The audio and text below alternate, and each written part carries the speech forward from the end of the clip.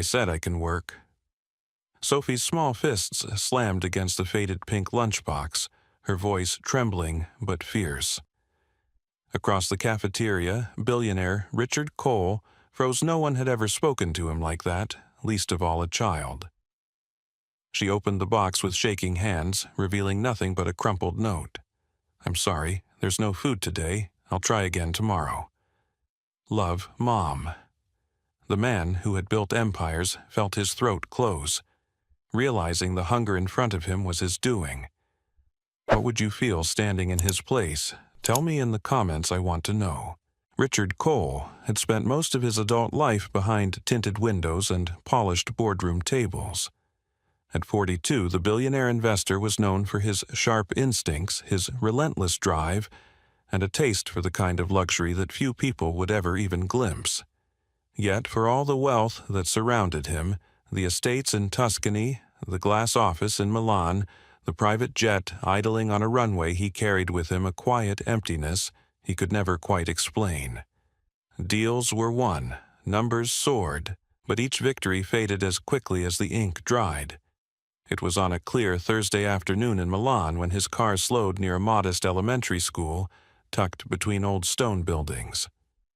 Richard hadn't planned to stop.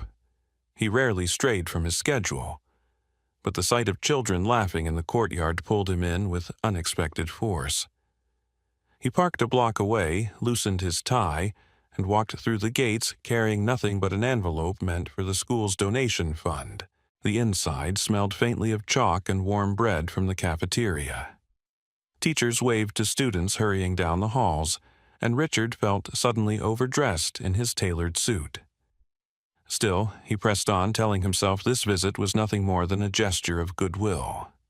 He met briefly with the school secretary, left the envelope on her desk, and politely refused any recognition. On his way out, he paused by the cafeteria, drawn by the noise of children at recess. Rows of long wooden tables filled the room. Some children unpacked colorful lunchboxes, others balance trays from the school's meal line. It was noisy, messy, alive. But in the far corner he noticed one child sitting alone. A little girl, no older than 7, with dark braids falling across her shoulders. She had placed in front of her a faded pink lunchbox that clearly held no weight. Instead of eating, she was carefully pretending, arranging invisible plates, pouring imaginary drinks, speaking softly, as though hosting a fine restaurant. Richard stopped.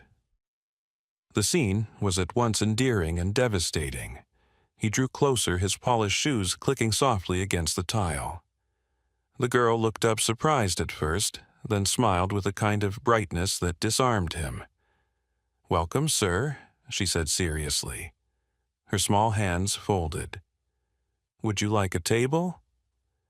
He sat down awkwardly at the low bench across from her knees, bent almost to his chest. "If you have one available," he answered, playing along. Her eyes lit up. "Of course. Today's special is pasta with magic sauce, and the dessert is a surprise." She opened the lunchbox with a flourish. For a moment he expected to see nothing. Instead, tucked neatly at the bottom was a folded scrap of paper. Richard's eyes caught the writing before she quickly closed the box again. In careful handwriting, the note read, "I'm sorry there's no food today. I'll try again tomorrow. Love, Mom." The words hit him with the weight of a hammer. He had read financial statements that cut companies in half, seen contracts that moved millions, but nothing in his life had ever pierced him like that single line. The child, sensing his glance, closed the box quickly and went back to pretending, stirring the air with an invisible spoon. Richard forced a smile, lifting an imaginary fork. "This pasta is delicious," he said, his voice thick in his throat. The girl's smile grew even wider.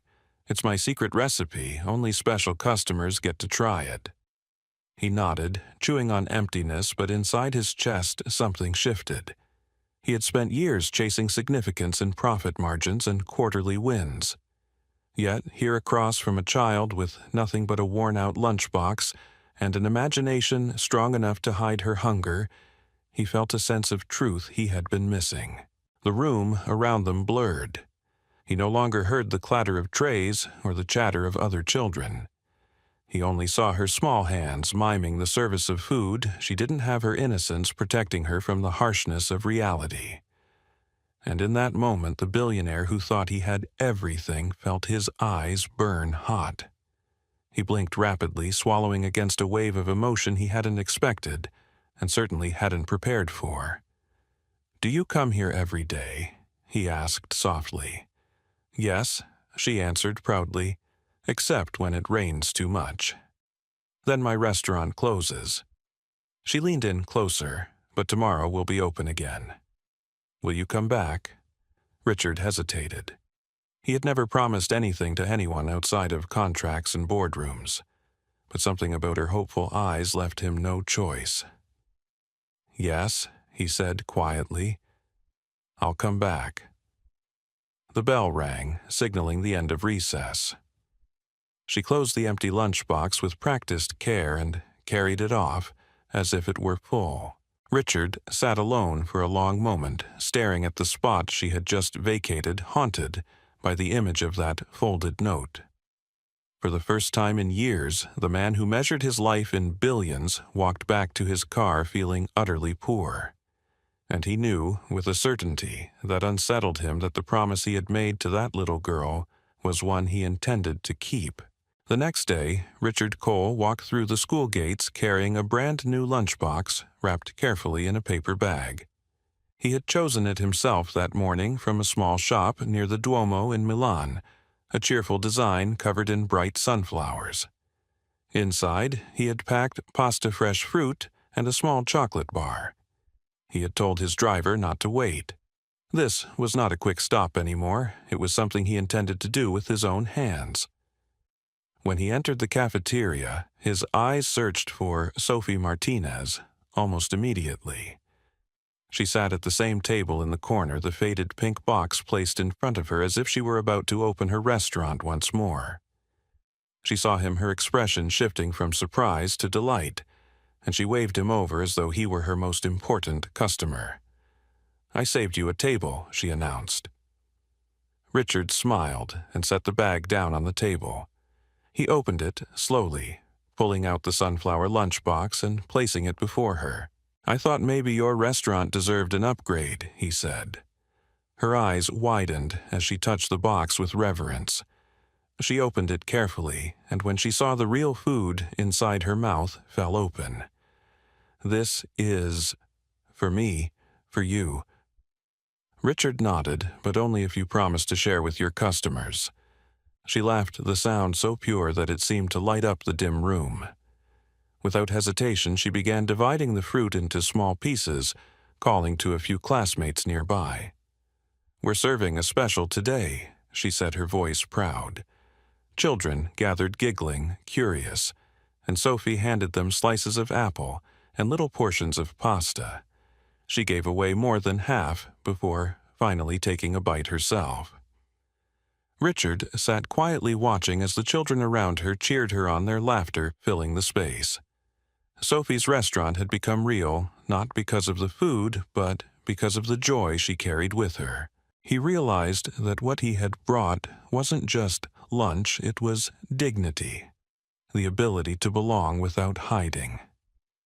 When the other children returned to their tables, Sophie leaned forward, her voice lowering. "My mom says not to take things from strangers," she admitted, "but you don't feel like a stranger?" Richard's throat tightened. He kept his voice gentle. "Your mom sounds like someone very wise." "She is," Sophie said quickly. "She used to work at a big factory in Florence. She made clothes. She worked a lot, but then they said they didn't need her anymore. She cries sometimes, but she tells me it's going to be okay." Sophie looked down at the sunflower box, her small fingers tracing its edges. "That's why I had to pretend yesterday. I didn't want anyone to know." Richard froze. Florence. He knew that factory. It was one of his own holdings, a textile company he had acquired years ago. His mind reeled as he remembered the quarterly reports, the restructuring orders, the layoffs. The name Martinez had never crossed his desk, but the decision that had uprooted her life had passed through his hands. He felt the air leave his chest. For a moment he wanted to excuse himself, to push the thought away as coincidence. But Sophie's eyes were fixed on him with the kind of trust that allowed no room for denial. He nodded slowly. "Your mom must be very strong," he said softly. Sophie grinned. "She is. She tells me to keep drawing and to keep smiling. She says tomorrow will always come." From her backpack she pulled out a folded piece of paper and handed it to him. It was a drawing done in bright colors, 3 people sitting at a table together eating. A woman with long dark hair, a little girl with braids, and a tall man in a suit. "This is me and Mama," she explained, pointing to the first 2 figures. Then she tapped the man in the suit. "And that's you. You came to dinner." Richard stared at the drawing for a long time. Something inside him cracked open. He had spent his career erecting walls between himself and the people affected by his decisions.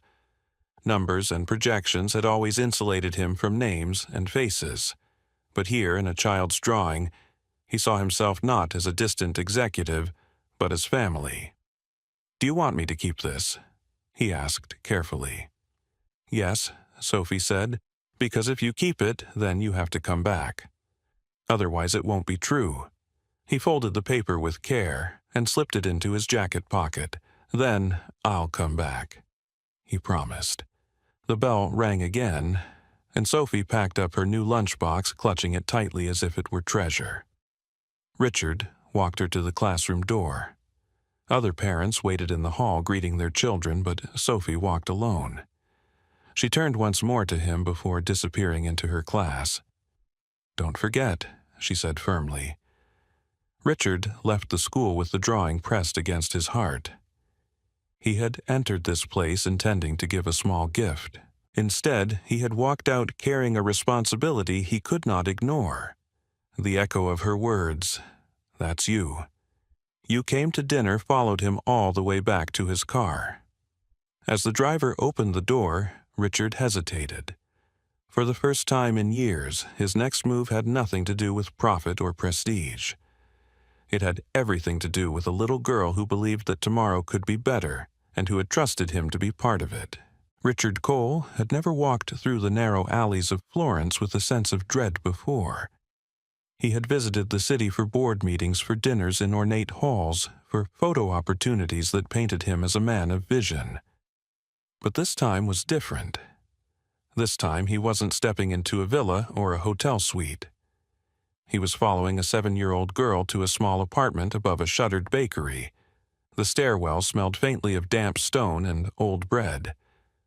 Sophie climbed quickly, her sunflower lunchbox bouncing at her side. Richard followed more slowly, his polished shoes echoing in the narrow corridor. She stopped at a door with peeling paint and pressed her ear against it before turning the handle. "Mama," she called softly, "I'm home." The apartment was barely larger than one of Richard's guest bathrooms. A small bed stood in the corner, a thin blanket folded carefully across it. A hot plate sat on a counter beside a cracked sink. The light came from one window, its curtain faded and patched. On the table lay a stack of unopened envelopes, their red lettering visible even from where he stood, overdue. Bills, warnings, final notices. Sophie set her lunchbox down and hurried to the figure lying on the bed. Isabella Martinez was not old, mid-30s, Richard guessed, but illness and exhaustion had carved deep shadows beneath her eyes. She turned her head slowly, revealing sharp cheekbones and lips pressed tight with determination. Even in her frailty, there was a kind of strength that commanded respect. "This is Mr. Cole's Sophie," announced proudly, as though introducing royalty. "He's the one who brought me the new lunchbox." Isabella pushed herself up against the pillow, her movements deliberate, betraying fatigue she tried to hide. "Mr. Cole," she said quietly, her accent soft but clear. "I don't know what to say." My daughter doesn't usually bring home strangers. Richard inclined his head, unsure of how to respond. He felt like an intruder in this room, where every corner spoke of survival. "Your daughter is extraordinary," he said at last. She has a way of making the world brighter." Isabella's lips curved into a faint smile. "She has carried more than a child should. But she keeps us both standing." Her eyes shifted to Sophie, who was unpacking her drawing supplies onto the floor, as if nothing in the world was wrong. Richard hesitated before speaking again. "Sophie told me you worked in Florence, at the textile factory." For the briefest moment something flickered across Isabella's face. Pain, pride, maybe both. "Yes," she said simply. "I worked there for 11 years. My mother worked there before me. We thought it was secure. But then the orders slowed, the manager said costs were too high, and one day they gathered us in the break room. They read names off a list. Mine was one of them." Her words were steady, but Richard heard the weight beneath them. He knew that list. He had signed the directive himself. He remembered the meeting in Rome, the advisors urging cuts, the charts that made it look like the only logical choice. To him, it had been numbers on a spreadsheet. To her, it had been the dismantling of a life. "I'm sorry," he murmured, though the words felt pitifully small. Isabella gave a short laugh, not cruel, but resigned. "Sorry doesn't pay rent, Mr. Cole. Sorry doesn't keep the lights on. But I am not asking for pity. I found other work when I could, cleaning offices at night, mending clothes for neighbors. It was never enough, but it was something. When I became sick, well, Sophie learned to do more for herself. That's the hardest part, watching your child carry burdens she should never know." Richard felt the air grow heavy. His eyes fell on the lunchbox Sophie had set carefully on the table, the bright sunflowers glowing against the dim room. It looked almost out of place in such surroundings, like a burst of hope in the middle of defeat. He realized then that the small gift he had brought meant far more than he had intended. "Why didn't you ask for help?" he asked, his voice low. Isabella straightened slightly. "Because help always comes with strings. Because people look at you differently once they know you cannot stand on your own. I wanted Sophie to believe her mother was strong, not broken." Richard swallowed hard. He thought of the gala dinners he had hosted, the charities he had supported with checks signed over fine wine. He had told himself he was doing good. Yet here, in this modest apartment, he saw the faces behind the statistics he had treated as abstractions. He saw the cost of efficiency written in the hollow of Isabella's cheeks and the quiet courage of her child. Sophie interrupted the silence by rushing over with a new drawing. This time, she had sketched a small house with 3 figures standing outside. "That's Mama, that's me, and that's you," she explained. "See, we're all together." Isabella looked at the paper and then at Richard, her eyes narrowing slightly. "You've only known her for 2 days, and already she's drawing you into our lives. Children don't see the world the way adults do. They believe what they feel, not what they calculate." Richard met her gaze without flinching. "Maybe that's what we've forgotten. Maybe children are right more often than we admit." For a long moment neither spoke. The weight of unasked questions hung in the room. Richard wanted to tell her the truth, that he was not just a visitor, not just a wealthy man who had stumbled into their world by chance. He wanted to confess that the decision that had ended her job carried his name at the bottom of the page. But the words lodged in his throat. If he told her now, would it break the fragile trust that was forming? He looked again at Sophie, who was humming softly as she colored the roof of the little house. The innocence in her movements only deepened his resolve. He could not undo the past, but he could choose what came next. "I don't want to be another stranger who disappears," he said finally. "I want to help, not as charity, but as a commitment." Your daughter deserves more than empty promises." Isabella studied him carefully, weighing his words. Pride battled with necessity in her expression. At last she nodded, though her voice remained firm. "Help her first. If you can do that, then we will see." That night, as Richard left the small apartment, the air of Florence felt different. The city's beauty had always been in its grand cathedrals, its museums, its wealth of history. But now, for him, its meaning was bound to a worn-out apartment above a bakery, to a mother fighting to stand, and to a little girl who believed a sunflower lunchbox could hold a feast. He walked back into the night, carrying Sophie's drawing folded neatly in his pocket, and the heavy knowledge that the cost of his decisions had a name, a face, and a family he could no longer ignore. The following week, Richard Cole stepped into the marble lobby of his company's headquarters in Rome, with a weight in his chest he could no longer ignore. His board of directors was waiting upstairs, eager to discuss quarterly earnings and new acquisitions.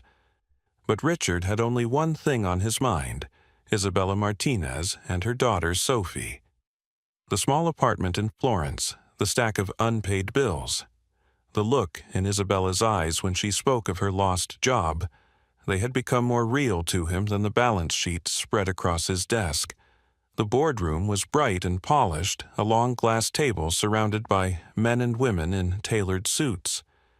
They rose when he entered, then settled quickly as the meeting began. For years, Richard had commanded these sessions with precision, every word measured for efficiency. But today, his voice carried something different. "We need to revisit the layoffs in Florence," he began without preamble, "particularly those that took place at the textile division." A murmur swept across the room. One director leaned forward, his tone clipped. "That decision saved us millions. The factory was underperforming. We can't afford to reverse it." Richard's eyes were steady. It may have saved money, but it destroyed lives. People who gave years of service were dismissed like numbers on a chart. "I signed that order, and I intend to correct it." Another director shook his head. "Richard, this isn't personal. It was business. If we start reopening every decision because of sentiment, we lose credibility with investors." The old Richard might have agreed, but the image of Sophie's drawing burned in his pocket like a brand. He leaned forward, his voice firm. "This is personal. That's exactly the problem. We've made it impersonal for too long. We hide behind numbers and forget they represent families, children, futures. If we have credibility issues, they come from forgetting our humanity." The room fell silent. No one dared challenge him outright, but the unease was clear.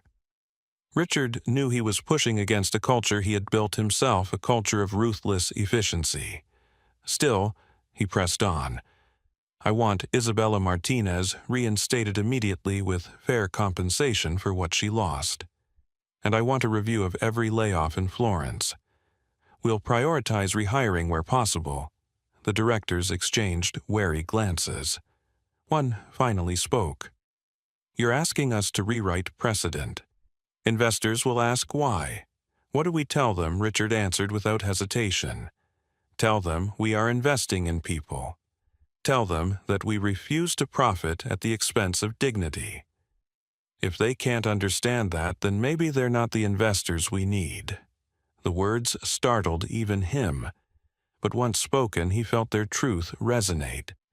For the first time in years, he wasn't thinking about stock prices or quarterly reports. He was thinking about Sophie opening her lunchbox and finding nothing inside. The board pushed back for hours, arguing risks and warning of shareholder revolts. Richard listened, but his resolve never wavered. By the end of the meeting, the first steps were in motion. Isabella would be offered a new position in Florence, one that matched her skills and recognized her loyalty.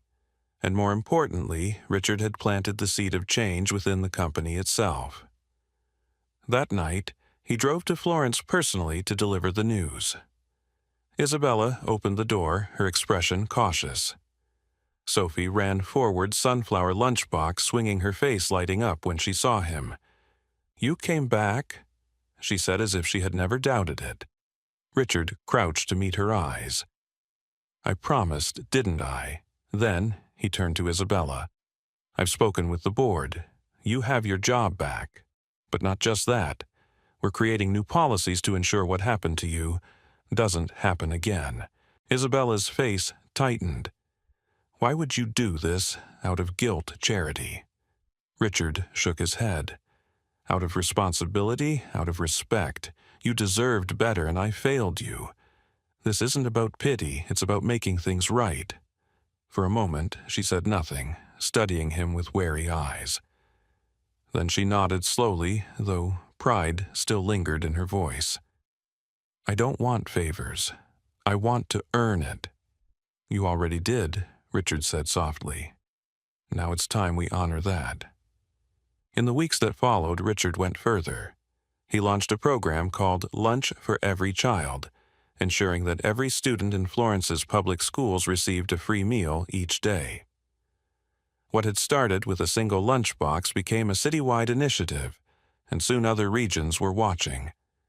Newspapers wrote about the billionaire who had changed course, about the man who had once been known for ruthless efficiency, but was now speaking openly about responsibility and care. At the school cafeteria, Sophie no longer sat alone pretending to serve invisible food. She became the first child to help distribute the new meals, proudly handing plates to her classmates. Richard visited often not as a benefactor, making a show of generosity, but as a man learning how to show up. One afternoon she brought him a new drawing. This time the table was longer, crowded with children eating together. She had drawn herself at the head, her mother beside her, and Richard at the other end, smiling. Now everyone gets to eat, she explained. Richard felt something stir in his chest that no business victory had ever given him.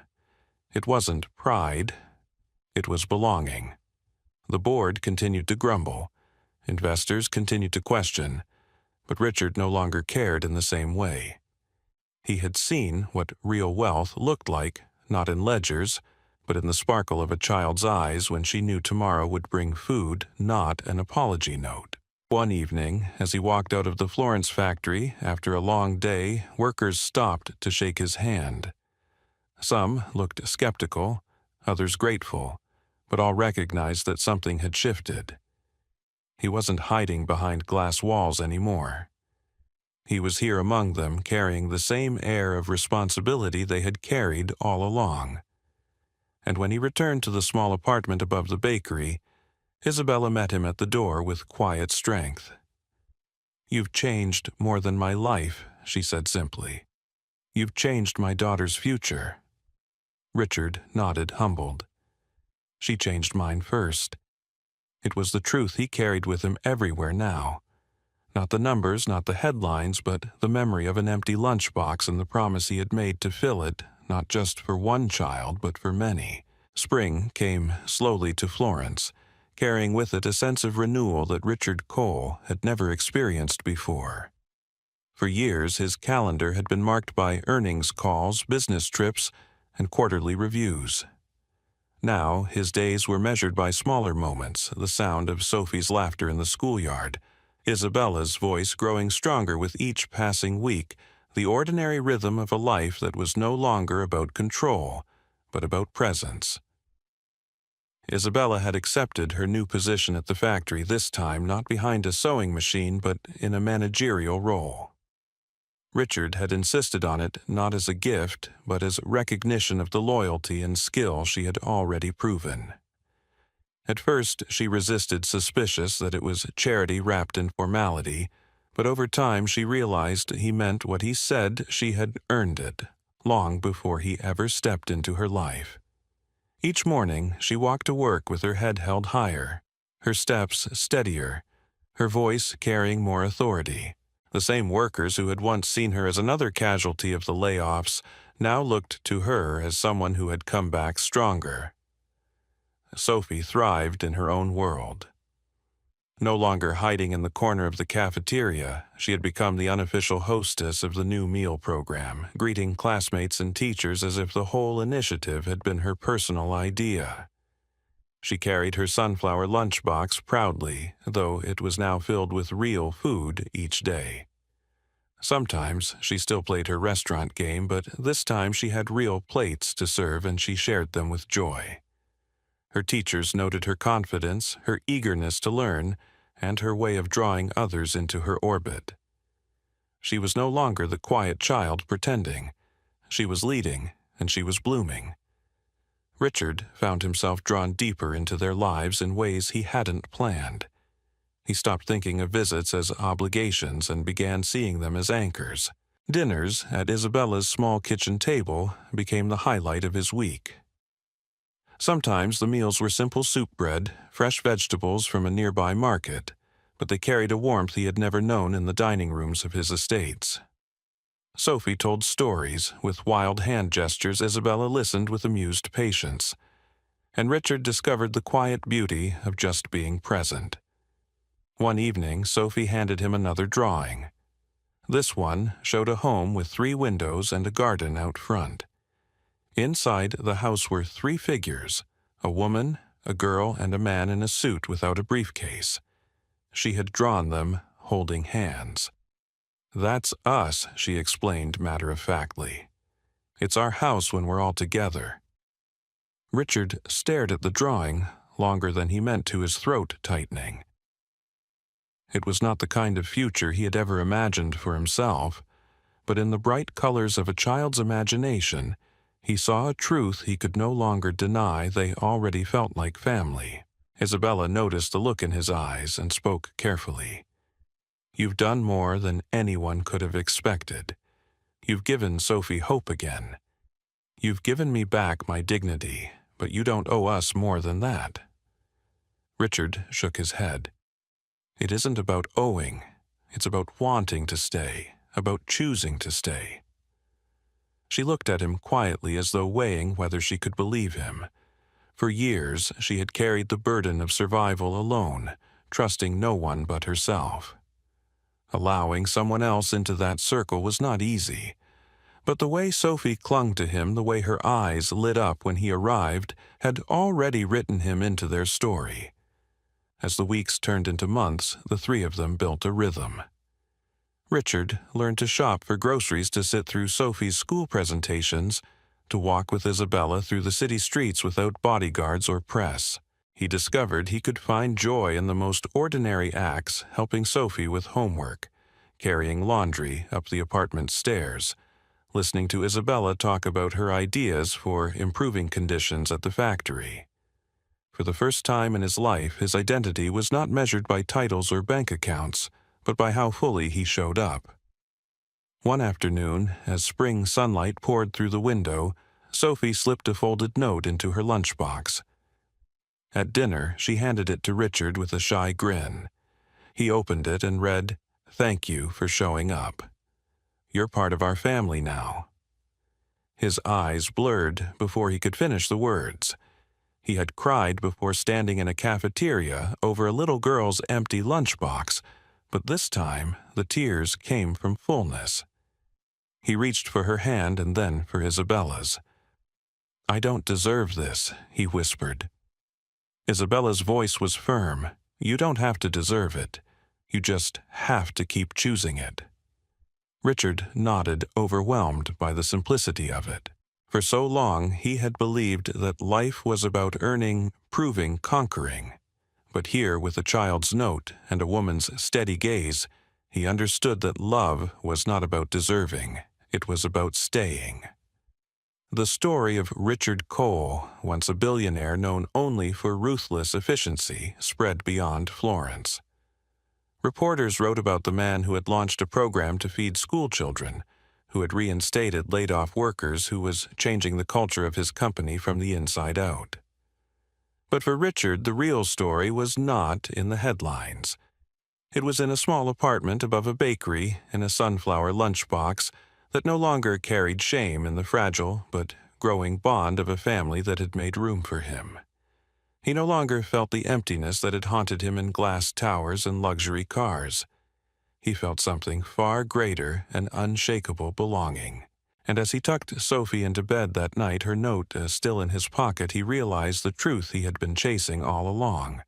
Real wealth was not measured in numbers but in presence, love, and the courage to choose people over power. When Sophie whispered sleepily, "You'll come back tomorrow, right?" he smiled, brushing her hair from her forehead. "I'm not going anywhere," he said. And for the first time he knew it was true. Richard Cole's journey began with a chance encounter in a modest school cafeteria in Florence. But what unfolded after that moment was far greater than even he could have imagined. A billionaire known for ruthless efficiency and a cold mastery of numbers, Richard never expected that a faded lunchbox carried by a hungry little girl named Sophie would dismantle the walls he had built around himself. The note inside, written by her exhausted mother Isabella, apologizing for having no food to give, pierced through him more sharply than any boardroom defeat. That moment was more than just emotional, it was transformative. From that day forward, Richard's life took a path that defied everything he thought he valued. He returned to the school not out of obligation, but because Sophie's smile and courage awakened something he thought he had lost: his humanity. What started as a simple gesture of providing food grew into a bond with Sophie and Isabella, a bond rooted not in wealth but in sincerity. Richard realized that true wealth was not in empires or estates, but in the trust of a child who invited him into her imaginary restaurant and offered him a seat at her table of nothing. When Isabella's truth came out, her years of loyalty as a worker, cast aside without care, her struggle to survive after being discarded by the very system Richard helped build, he was confronted with the deepest contradiction of his life. He had been the architect of numbers, yet blind to the people those numbers destroyed. The moment he owned that truth was the moment redemption became possible. Richard didn't run from responsibility. He faced it head-on. He chose not just to restore Isabella's dignity with a fair job, but to shift the very culture of his company, proving that business can and should serve humanity. And from there, something even greater grew, a program that provided meals to children who might otherwise go hungry. A community uplifted not by charity, but by a recognition that dignity begins with the basics: food, work, and hope. Sophie, the little girl with the empty lunchbox, became the spark of a movement that extended far beyond her schoolyard. Richard, once a man who measured success only in profits, discovered a legacy: far more valuable lives changed for the better, because he had finally seen the faces behind the numbers. What does this story leave us with? A lesson that cuts deeper than sentiment. Life will always present us with numbers, deadlines, and responsibilities, but behind each number is a person, a story, a heartbeat. It is easy to look away to justify choices in the name of efficiency or ambition. But the truth is, real strength comes from facing the consequences of our decisions and daring to do better. Richard's story is not about a billionaire saving a little girl. It is about a man learning that power without compassion is empty, and that the smallest act of kindness can ripple into something world-changing. For us, in our everyday lives, the lesson is clear.